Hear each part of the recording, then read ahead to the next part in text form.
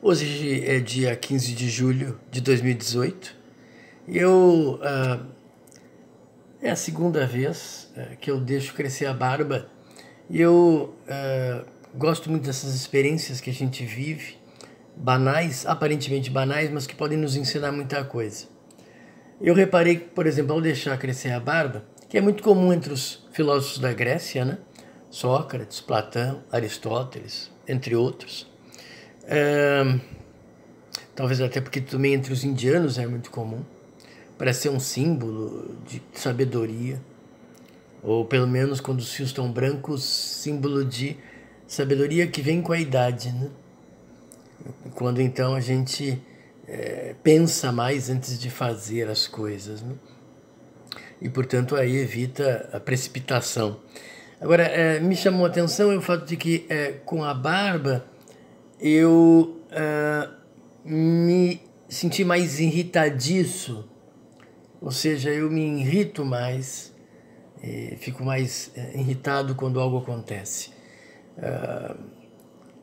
E aí eu, além do que também os músculos do corpo, braços, abdômen, eles parecem ficar mais duros, ainda que eu não tenha aumentado o número de exercícios físicos, ou como barras, que esporadicamente eu faço.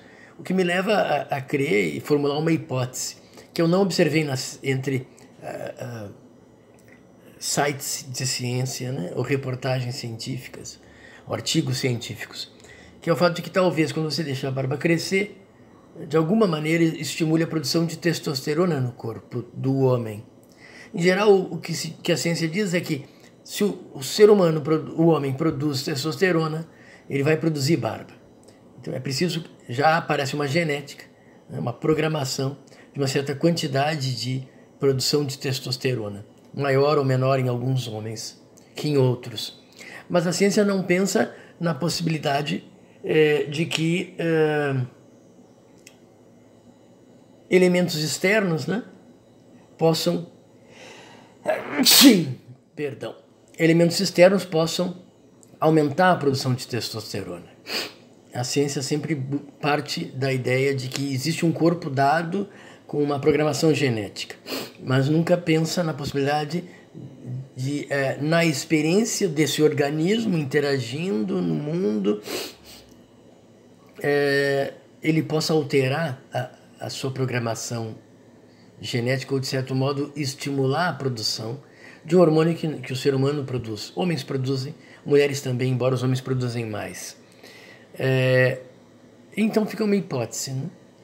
Talvez o fato da barba crescer force o corpo a produzir mais testosterona, daí a minha irritação, né? A ciência é muito geneticista e poderia pensar num fator ambiental, né? Na medida que você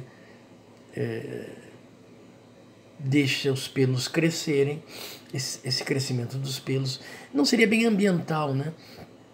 De certo modo não seria ambiental. O cultural é que faz o homem em geral se barbear e aí não produziria tanto, não estimularia o organismo a produzir tanto testosterona, né?